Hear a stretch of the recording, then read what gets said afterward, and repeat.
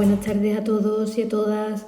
Bueno, bienvenidos una semana más a nuestro canal de TGL. Yo ya le estoy cogiendo hasta el rollo a esto de hacer vídeos. Bueno, espero que los estéis aprovechando y sobre todo de cara a los exámenes, que ya pues tenéis aquí los vídeos con la teoría y podéis refrescarlo en cualquier momento, cogerlo y volverlos a ver. Y bueno, si tenéis cualquier duda, no dudéis en escribirme o solicitarme una tutoría. Vale, seguimos ahora con la segunda parte de este tema 8, de diluciones y disoluciones. Sobre todo de los métodos de determinación, era en lo que se centraba este tema, de las masas, los volúmenes y la densidad. Concretamente vamos a seguir con el apartado número 3. Este apartado indica los métodos de determinación de volúmenes y sobre todo se va a centrar en explicar los materiales volumétricos. Esto ya los conocemos porque los hemos dado antes en otros temas. ¿Cuáles son esos materiales volumétricos que se clasificaba tal que así volumétrico? ¿Por qué? Porque su función fundamentalmente era determinar medidas de volúmenes de líquidos o sólidos, en otros casos. ¿Cuáles son estos materiales? Pues serían las probetas, las pipetas, las buretas y los matraces aforados. Las probetas, recordamos que eran aquellos materiales que se conformaban de un tubo cilíndrico abierto en un extremo con una especie de pico que facilitaba el trasvase de los líquidos. Por otro lado, en su base tenía una forma hexagonal, ancha, era relativamente grande, para proporcionarle estabilidad y que se pudiera quedar la probeta de pie. Por otro lado tenemos las pipetas, que son materiales, son tubos cilíndricos más pequeñitos que tienen una escala gráfica de medida impresa en ellos mismos para realizar volúmenes pequeñitos con mucha exactitud. Tienen dos aberturas y por una de ellas colocábamos los aspiradores o las prepipetas. Por otro lado, las buretas, que son muy parecidas a las pipetas, sin embargo en su extremo posterior tienen como una especie de llave y nos permitían realizar medidas de diferentes volúmenes y titulaciones, que eso no lo hemos visto pero lo veremos en temas posteriores. Y finalmente el matraz aforado era una especie de primo hermano del matraz Erlenmeyer. Era un tubo con una base ancha y estable y tenía una única medida, y además estos matraces aforados tienen un tapón porque se utilizaban sobre todo para realizar medidas volumétricas muy exactas o para hacer disoluciones, taparlos y dejarlas ahí para utilizarlas en experimentos posteriores. Pues bien, ¿qué es lo que tenemos que saber? Muy importante para realizar una buena lectura de los volúmenes o para realizar una buena medición de volumen con este tipo de material volumétrico. Pues ya sea, es lo que tenemos aquí en esta fotito.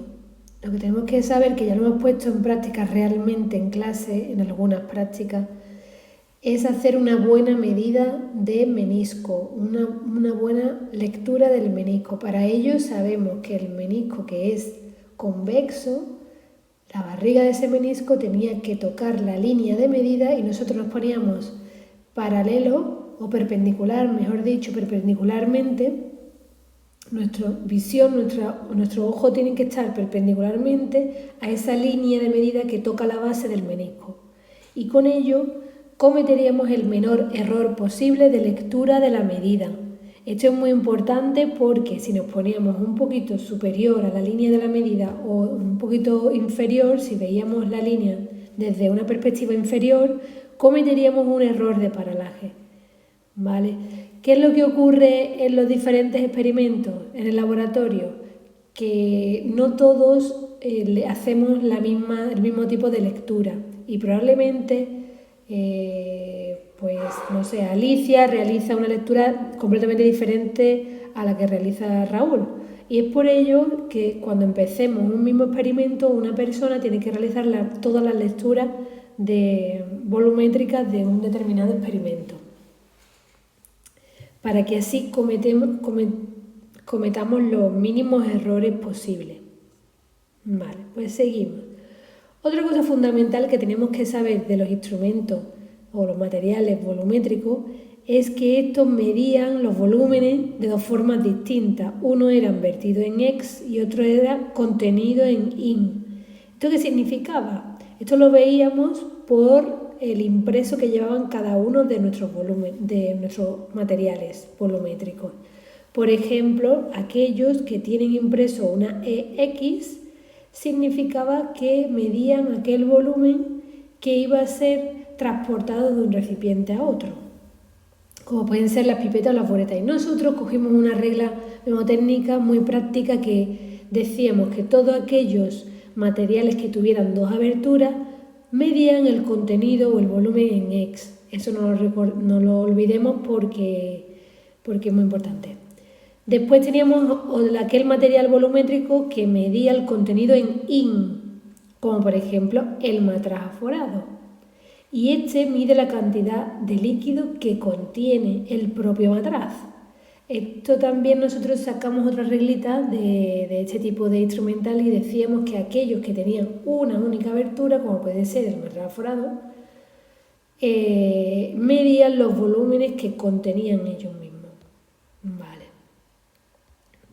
Por otro lado, vamos a empezar a hablar sobre diferentes tipos de materiales volumétricos, que en realidad ya los conocemos. Lo único que vamos a decir son pequeñas cositas que tenemos que tener en cuenta a la hora de manipularlos en el laboratorio. Por un lado, con las pipetas graduadas y aforadas, que recordamos, las graduadas medían muchos volúmenes y las aforadas únicamente podían medir un volumen o dos, porque había algunas que tenían doble aforo y otras que tenían aforo único, ¿vale?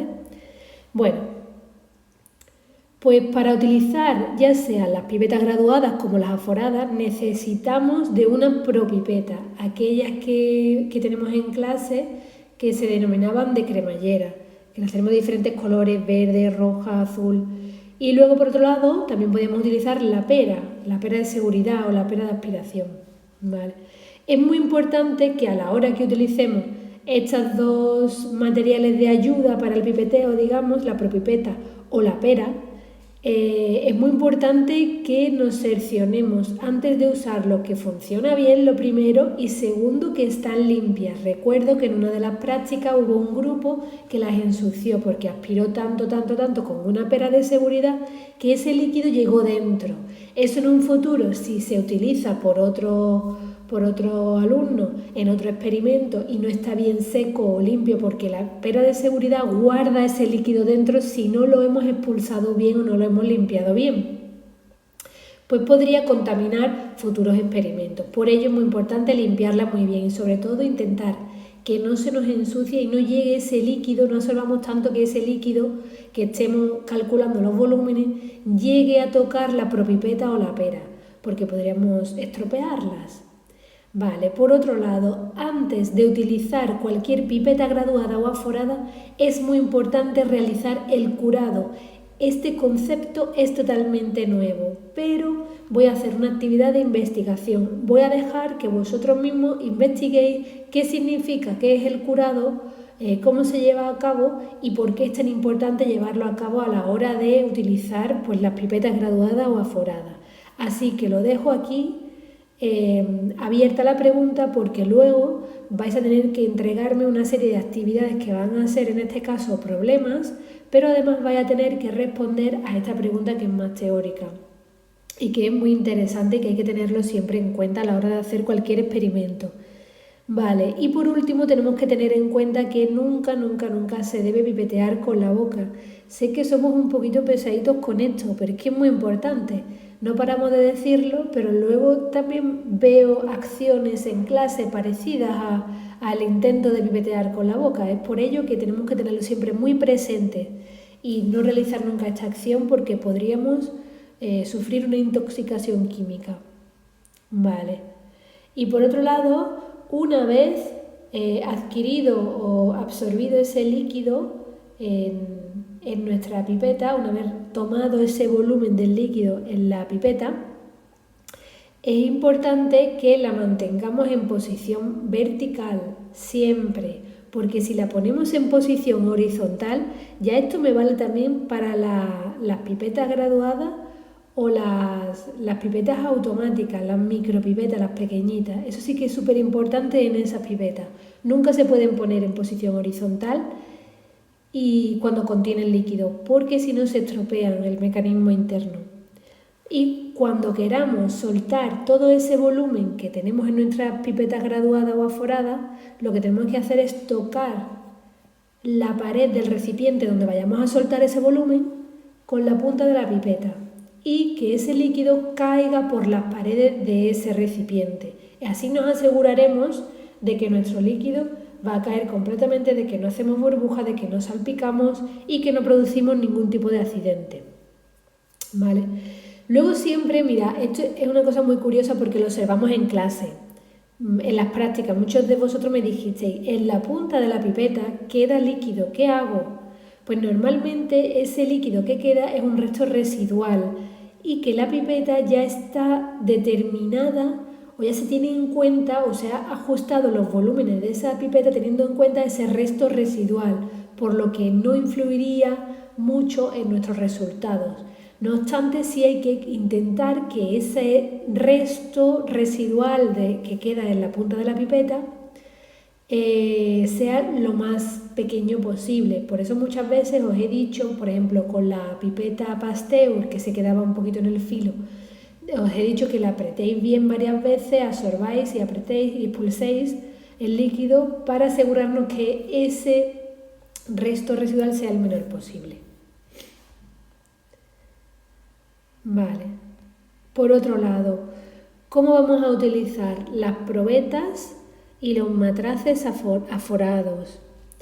Pues aquí lo que tenemos que tener en cuenta fundamentalmente es que la temperatura a la que vienen marcadas, lo mismo que normalmente es 20 grados. Ya os conté que la temperatura por excelencia en la que tenemos que hacer todos nuestros experimentos en el laboratorio es a 20 grados porque la mayoría de los instrumentos están calibrados a esa temperatura y además porque la mayoría de las reacciones químicas, biológicas, ocurren a esa temperatura.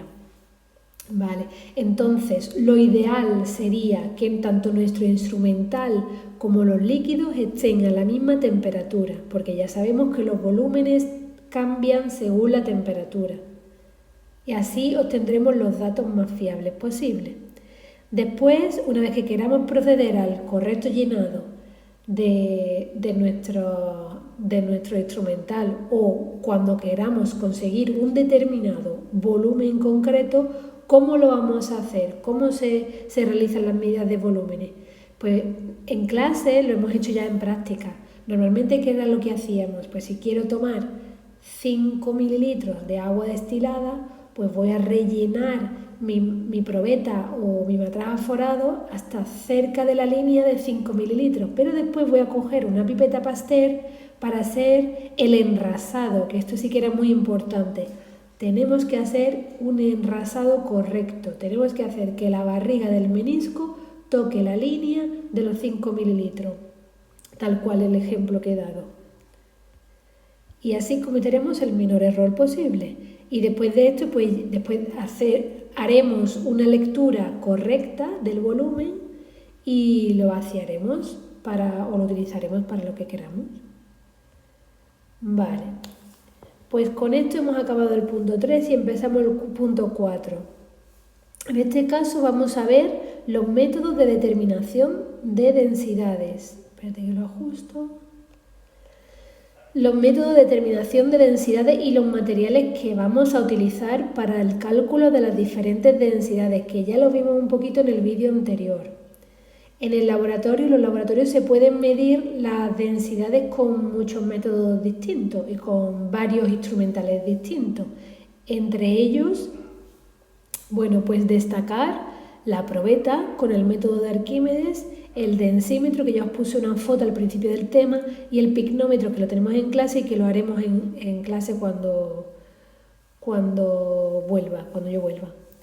Vale, y por otro lado, calcularemos las densidades gracias a estos 3 instrumentales, pero además utilizando la formulita mágica de la densidad, que esta era, la densidad es igual a la masa partido por volumen. Y bueno, pues paso a contar cada uno de ellos. La probeta sabemos lo que es, lo acabamos de contar.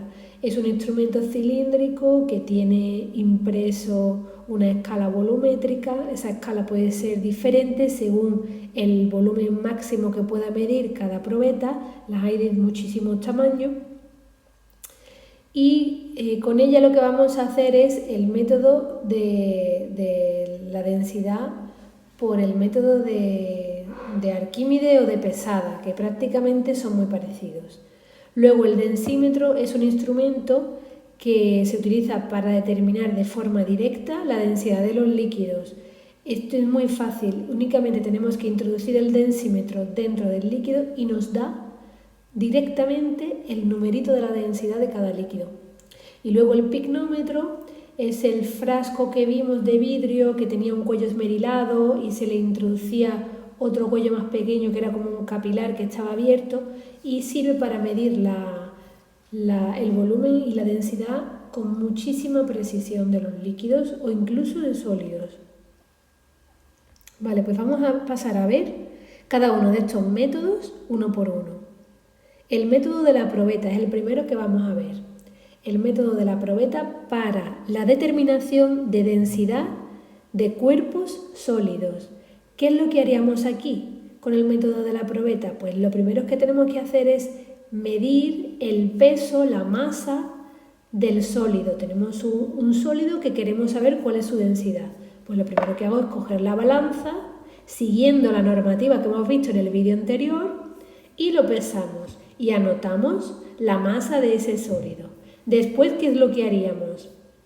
Pues cogemos la probeta y introducimos un volumen determinado y conocido de agua destilada. El siguiente paso es introducir ese sólido dentro de esa probeta y vemos cuál es el volumen que ha desalojado al introducirse la masa sólida dentro de esa probeta. Y ahí ya tendríamos cuál es el volumen concreto que tiene ese sólido. Como hemos pesado el sólido y ahora tenemos el volumen, ¿qué es lo que tenemos que hacer? Utilizar la formulita mágica de masa partido por volumen. Y con ello ya tendríamos el cálculo de la densidad de un sólido a través del método de la probeta. Que realmente el método de la probeta y el método del principio de Arquímedes es el mismo. Según este se decía que todo cuerpo sumergido en un fluido experimenta una presión hacia arriba igual al peso del flujo desalojado. Y por eso ya sabemos nosotros cuál es el volumen total que ocuparía ese sólido. Mediante el método del picnómetro. En este método también vamos a hacer referencia al principio de Arquímedes, como en el caso anterior. Y bueno, para ello vamos a utilizar siempre de referencia la densidad del agua destilada, que es 1 kilogramo partido por metro cúbico, y vamos a compararla con los datos que vamos a obtener. ¿Cómo lo calculamos? Pues a través de la siguiente formulita, que es la siguiente: densidad del sólido es igual a la masa del sólido partido o dividido por la masa del agua destilada, y todo ello se multiplica por la densidad del agua destilada, que la conocemos porque lo tenemos aquí, porque lo hemos dicho previamente. La densidad del agua destilada se conoce y es 1 kilogramo partido por metro cúbico. Pues bien, ¿cómo haríamos esto? ¿Cómo se calcularía a efectos prácticos? Pues cogeríamos el picnómetro, lo rellenaríamos con el sólido. Ese sólido tiene que ser muy pequeñito, imaginaos bolitas de plomo, bolitas de lo que sea. Lo rellenamos el picnómetro, lo pesamos y ahí obtendríamos la masa del sólido, la M en nuestra formulita. Después cogemos y lo rellenamos hasta la línea tope que marca el volumen máximo que puede llegar a medir el picnómetro, y lo rellenamos con agua destilada y lo pesamos, y lo que nos dé le restamos la masa del sólido y nos daría la masa del agua. Y esto ya únicamente tenemos que coger en la formulita la densidad del agua, que la tenemos aquí, y calcular la densidad del sólido. Voy a intentar hacer, tenemos que la densidad del sólido es igual a la masa del sólido por la masa del agua por la densidad del agua.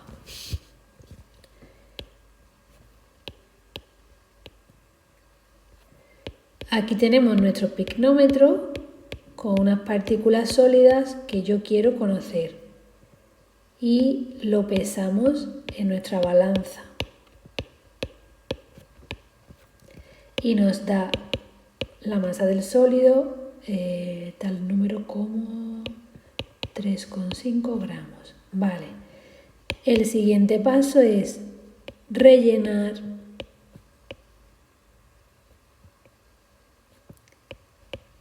con agua destilada nuestro picnómetro. Aquí hay agua destilada, ¿vale?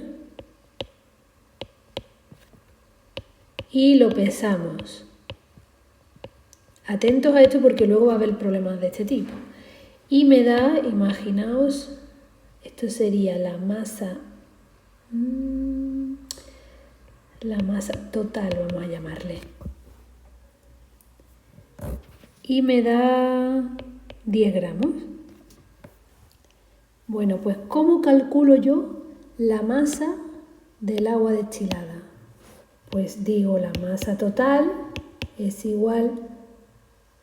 No, perdón.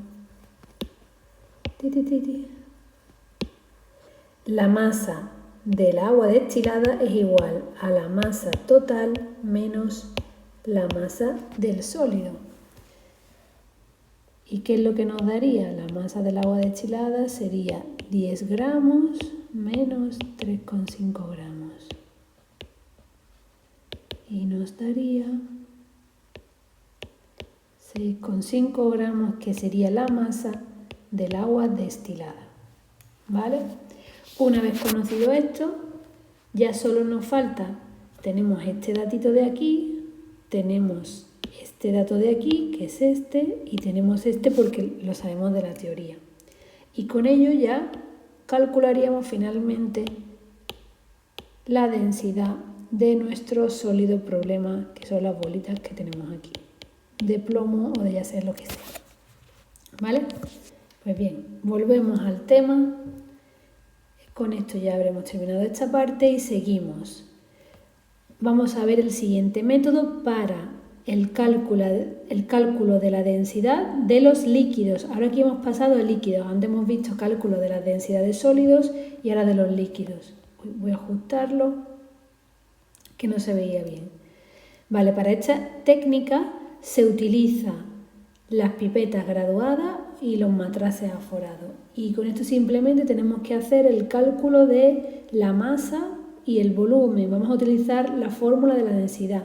Vamos a hallar por un lado la masa del líquido y por otro lado el volumen del líquido. El volumen con los matraces aforados o los matraces en sí. Y la masa, pues simplemente pesando el líquido. Lo podemos pesar por el método de pesada directa, pesada directa por tara, o el método por la diferencia que vimos en el vídeo anterior. Y calculando por un lado la masa del líquido, por otro lado el volumen del líquido, tenemos la densidad de ese líquido problema utilizando la formulita hecha.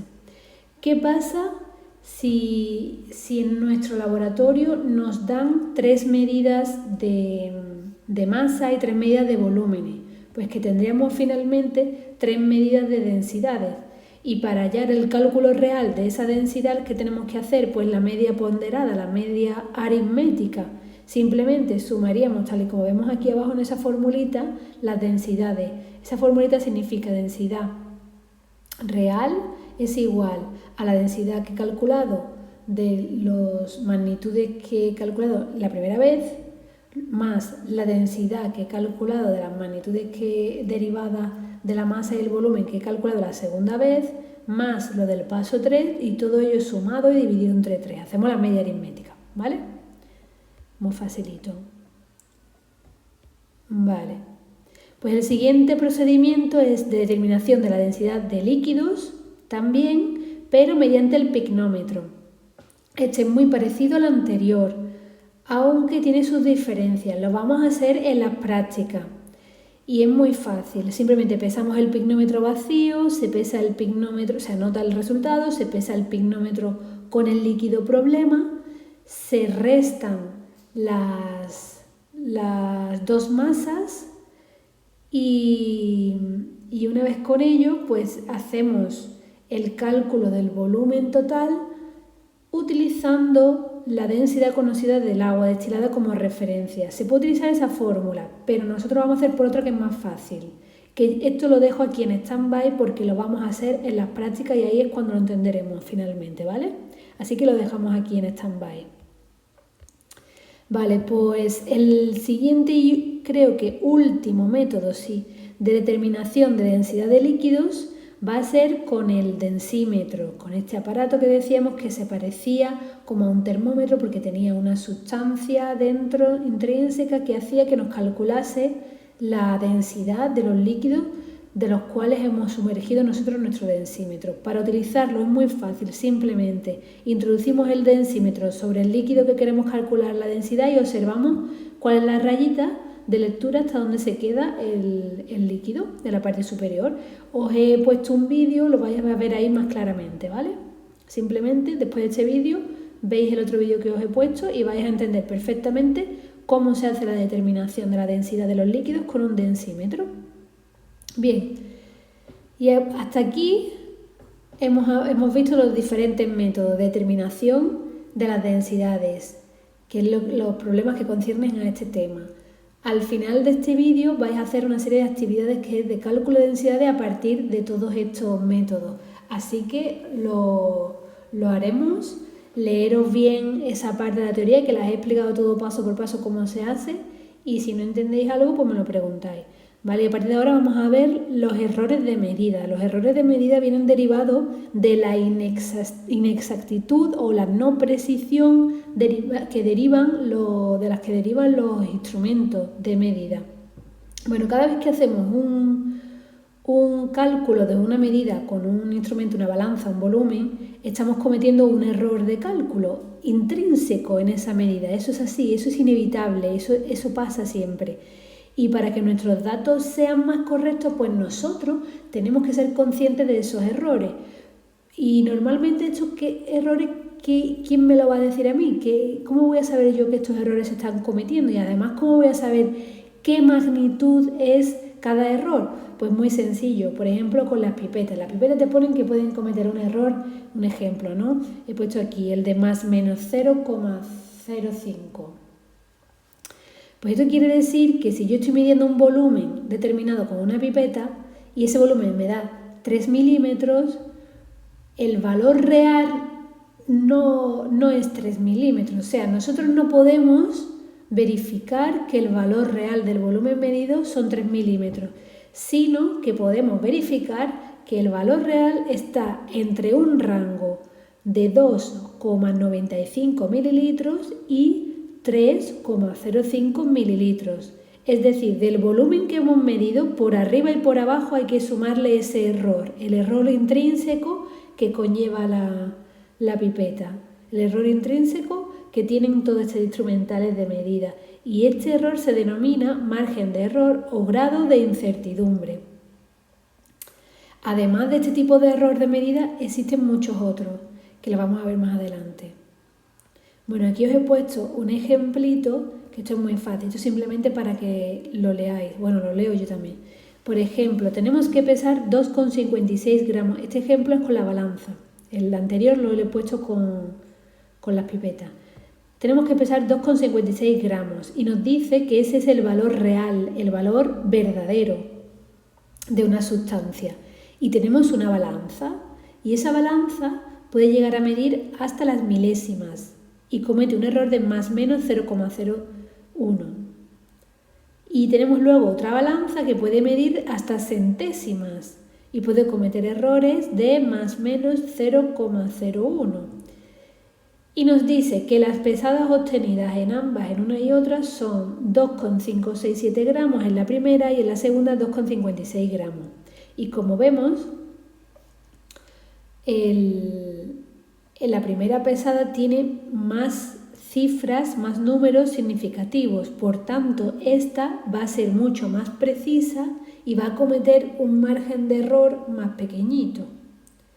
Por lo que balanzas más sensibles, que son capaces de medir números, cantidades más pequeñas, van a cometer menos error de medida. Que esto ya lo comentamos la otra vez. Y si cometen menos error de medida, más certeza vamos a tener de que nuestro número o nuestra magnitud, nuestra medida experimental que acabamos de obtener, se parece más al valor verdadero, al valor real, y los márgenes de error son más pequeños. Aquí lo que nos quiere contar en este PowerPoint básicamente es que los errores de medida, ese grado de incertidumbre o ese margen de error, en realidad es una traducción más o viene derivado de la no exactitud o la no precisión que pueden llegar a tener los instrumentos, que esto ya lo contamos en el vídeo anterior. Pero básicamente, cuanto mayor sea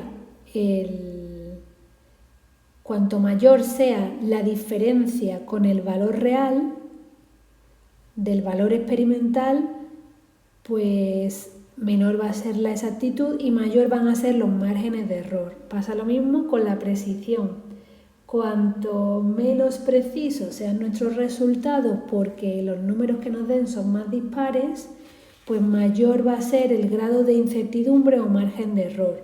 Y pasa lo mismo con la sensibilidad. Cuanto menos sensible es un instrumental, mayor va a ser el error que cometamos. Bien, pues finalmente, para la determinación o clasificación de los diferentes errores que podemos cometer en los laboratorios a lo largo de la experimentación de cualquier tipo de actividad en el aula, en la actividad práctica, ya sea de experiencia en el laboratorio, pues podemos clasificar los diferentes errores atendiendo a sus causas. ¿Cuáles son estos? Los primeros son los errores que pueden causar la propia persona. Los segundos son los errores que causan los aparatos utilizados, que son los que hemos estado viendo a lo largo de todo el tema. Y los terceros son los errores de las condiciones ambientales, que lo vimos al principio del tema, como pueden ser la temperatura, la humedad o la presión, que pueden hacer que nuestras medidas cambien. Nuestras medidas de las magnitudes al realizar una determinada medición puede cambiar. ¿Vale? Pero aparte de estos tres errores, existen otros dos tipos de errores muy importantes, que son los errores sistemáticos y los errores accidentales. El primero de ellos tenemos aquí, esto lo tenéis que saber muy bien, esto es muy importante también, al igual que la exactitud, la precisión y la sensibilidad, son tres conceptos muy importantes que lo tenemos que saber. Las determinaciones de los errores, de los dos tipos de errores, sistemático y aleatorio o accidental, la tenemos que conocer también muy bien. Bien, pues el error sistemático es aquel que se comete en un determinado experimento y que está siempre presente desde el inicio hasta el fin. Y lo que va a hacer que el valor experimental se desvíe muchísimo del valor real, del valor verdadero. ¿Cuáles son estos tipos de errores? Pues pueden ser errores en los aparatos, en la calibración de los aparatos, que estén mal calibrados. ¿Cómo se soluciona? Pues volviéndolo a calibrar de nuevo el aparato. Y también puede ser errores en el personal de laboratorio, que pueden ser errores visuales o errores en el método de magnitud que se ha elegido. Por ejemplo, no puedo medir volúmenes con una balanza. Tenemos que elegir bien el método de medida o de cálculo de esa masa, volumen y densidad que hemos estado viendo. O por ejemplo, como error visual, tenemos aquí en la foto el error de paralaje. ¿Vale? Esos serían errores de humanos, errores de personal, que son sistemáticos, siempre se cometen por la misma persona y duran hasta el inicio, hasta el final del experimento.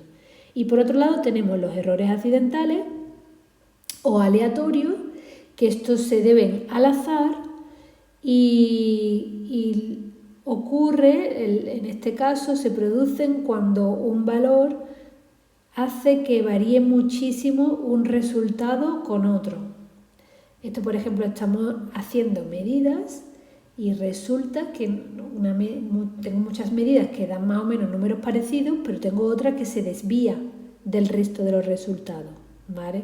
Estos pueden ser errores positivos o negativos y normalmente son de muy pequeñita magnitud, no se notan mucho, porque si estamos haciendo muchas medidas, en realidad no suponen mucha desviación de los resultados, pero bueno.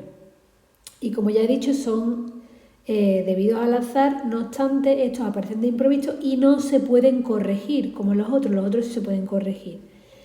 Vale, ejemplos de estos tipos de errores. ¿Cuáles tenemos? Pues tenemos los errores en la utilización de los reactivos, que utilicemos un reactivo que no sea el adecuado, o errores en cuanto a que la muestra que estemos utilizando esté contaminada, o por otro lado, errores de cálculo. Y hay muchísimos otros más, pero con estos 3 que nos quedemos me vale. Aquí os dejo un esquemita de todo lo que hemos estado viendo hasta ahora, los diferentes tipos de errores que hay, 2 fundamentales, errores sistemáticos y accidentales. Los sistemáticos, aquellos producidos por el calibrado de los aparatos o fallos de la persona, del operador, como puede ser el pipeteo, que todo el mundo lo hacemos de diferentes formas.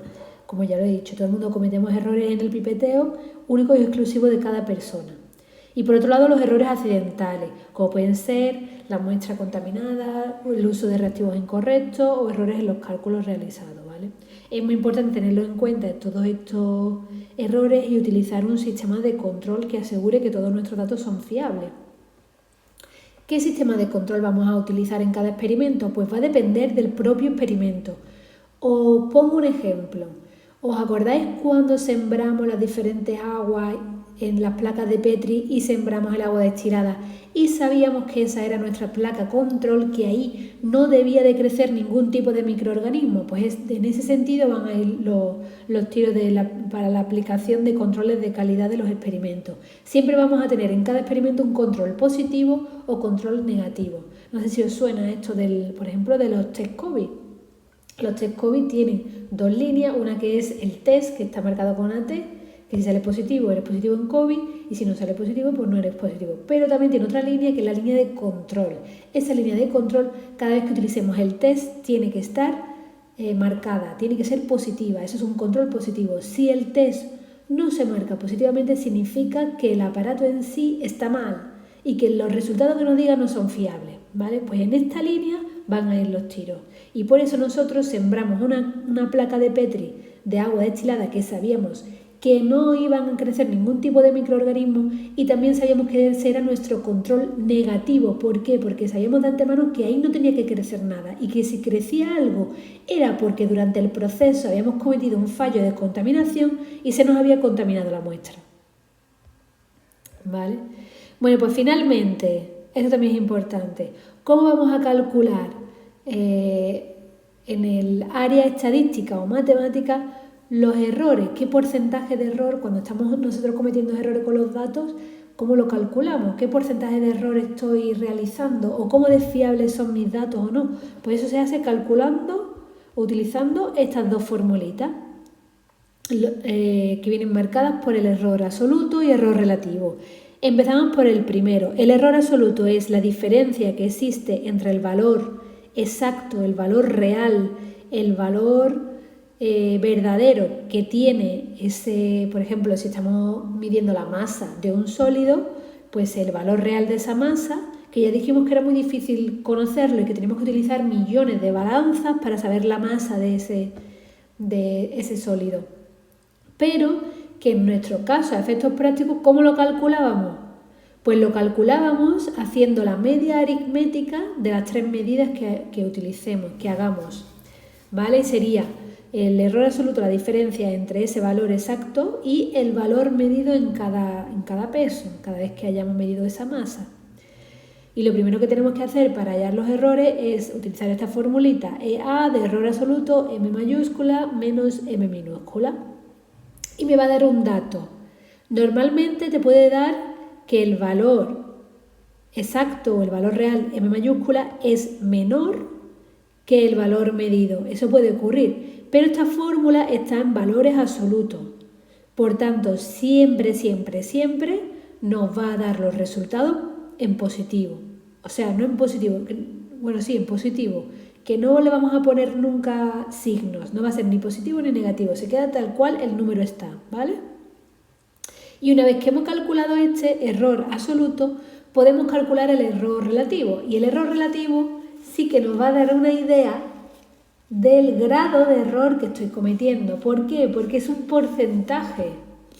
Lo vamos a llevar a porcentaje y para ello necesito conocer el error absoluto. ¿Cómo se calcula? Pues el error relativo es el cociente a la división del error absoluto que he calculado previamente partido por el valor exacto, que ya hemos dicho que es la media de las 3 medidas que yo haya realizado, que pueden ser masas o pueden ser volumen o lo que sea que esté calculando. Y todo ello, una vez que se divide, se multiplica por 100 y lo ponemos en porcentaje. Y ya lo tendríamos. Aquí tenemos un pequeño ejemplito. Atentos a esto porque luego van a haber problemas sobre esto. Nos dice en el laboratorio, tenemos varias soluciones y hemos hecho una serie de pesadas. Tenemos aquí 3 pesadas. P1 sería 3,25, P2 3,28, P3 3,20. Vale. Y nos dice, cuando tenemos las 3 pesadas debemos calcular la media aritmética. La media aritmética que va a ser nuestro valor de referencia, nuestro valor real, la media de estos 3 datos va a ser lo que nosotros vamos a considerar como m grande. Vale, y una vez que lo hagamos, esta x que tenemos aquí, 3,25 más 3,28 más 3,20 sumado y dividido entre 3 nos da 3,24. Esa es mi m grande.